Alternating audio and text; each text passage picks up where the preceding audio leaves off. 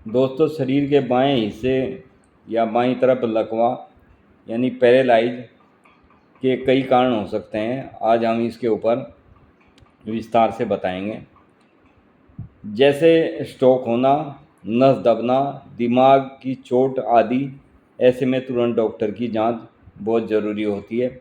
अगर अचानक हाथ पैर काम करना बंद कर दें, बोलने में दिक्कत हो, चेहरे में टेढ़ापन हो जाए, यह इमरजेंसी हो सकती है।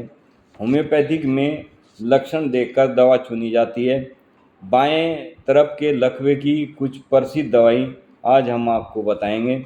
दोस्तों, सबसे पहली जो इसमें दवाई है वो दवाई है कास्टिकम। कास्टिकम के पेशेंट को जो लकवा होता है और नसों की कमजोरी, हाथ पैरों में जकड़न, बोलने में कमजोरी में ये दवा बहुत ही प्रभावी दवाई है। दूसरी मेडिसिन है इसमें लेथाइरस। इसमें रोगी हमेशा पैरों की कमजोरी बताता रहता है, चलने में बहुत ज़्यादा कठिनाई होती है, कमर झुक जाती है, पीठ में कुबड़ निकल जाता है। इसी तरह से रोगी की नसों की कमजोरी और नसों के रोग में ये दवाई बहुत ही उपयोगी दवाई है। तीसरी मेडिसिन फ्रेंड्स इसमें है प्लम्बम मेट। ये भी जब मांसपेशियां बहुत ज़्यादा कमज़ोर हो जाती है, मांसपेशियां सिकुड़ने लगती है, बहुत ज़्यादा कमजोरी फील होती है, ऐसे लकवे में प्लम्बम मेट देने से बहुत ही जल्दी रिजल्ट मिल जाते हैं, अच्छे प्रभाव दिखाती है प्लम्बम मेट। इसी प्रकार अगली मेडिसिन है जैल्सीमियम। बहुत भारी कमजोरी, ब्लड प्रेशर सामान्य न हो, कभी कम कभी ज़्यादा, रोगी के हाथ पैर कांपने लगते हैं, पूरा शरीर में कंपन बन जाता है, प्यास बहुत कम लगती है। ज़्यादातर इसको गर्दन में दर्द होकर चक्कर आने लगते हैं। ऐसे सभी लक्षणों में जैल्सीमियम बहुत ही उपयोगी कार्य करने वाली मेडिसिन है। फ्रेंड्स, अगली इसमें मेडिसिन जो है वो है अर्निका मोंटाना। ये लास्ट मेडिसिन है।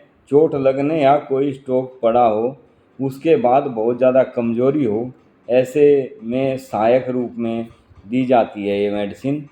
लेकिन आज हम बताएंगे बाएं हिस्से के लक्ष्य में बहुत ही उत्तम कार्य करने वाली मुख्य 3 औषधियाँ, 3 दवाइयाँ, जिनके बहुत अच्छे रिजल्ट देखने में आते हैं, जिनको देने से बाएं हिस्से का लकवा ठीक हो, रोगी स्वस्थ हो जाता है। फ्रेंड्स, ये तीनों मेडिसिन जिनका हम पहले भी वर्णन कर चुके हैं, पहली मेडिसिन लेथाइरस, दूसरी मेडिसिन कास्टिकम और तीसरी मेडिसिन है इसमें जैल्सीमियम।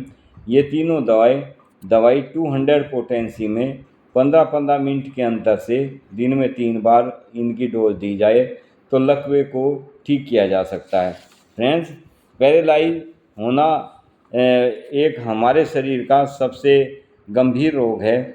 यह स्नायु संस्थानों की बीमारी है, यानी नर्वस सिस्टम की ये बीमारी है। इसे 2 भागों में बांटा जा सकता है। जैसे पहला संवेदनात्मक पक्षाघात, दूसरा गतिरोधक पक्षाघात, पैरालाइज, मोटर पैरालाइज भी कहते हैं इसको। इसमें से संवेगात्मक पक्षाघात जो होता है उसमें शरीर के जिस भाग में भी पैरालाइज हो, उसकी संवेदन की जानने पहचानने काम करने की शक्ति बिल्कुल नष्ट हो जाती है। यानी वो किसी को सही ढंग से रोगी ना जान पाता, ना पहचान पाता ये कौन है। उदाहरण के तौर पर त्वचा में स्पर्श का ज्ञान भी नहीं रहता इस पेशेंट को। किसी भी अंग को छुआ जाए तो उसको अनुभव नहीं होता। अंग अपने आप हिलता रहता है, उसे हिलने से रोक नहीं सकता ये पेशेंट। ये सब कारण होते हैं संवेदनात्मक पैरालाइज के कारण से। इसी प्रकार गतिरोध पैरालाइज जो पक्षाघात है में रोगी अपने अंगों को हिला नहीं सकता, लेटे हुए करवट नहीं बदल सकता, चल फिर नहीं सकता, किसी वस्तु को उठा नहीं सकता, किसी प्रकार की गति नहीं कर सकता, यानी हिलडुल भी नहीं सकता, चाहे भी तो भी नहीं कर सकता। ये दोनों प्रकार के पैरालाइज अलग अलग हो सकते हैं। इस प्रकार इनकी निम्न श्रेणियाँ हैं जिनका हमने इसमें वर्णन किया है।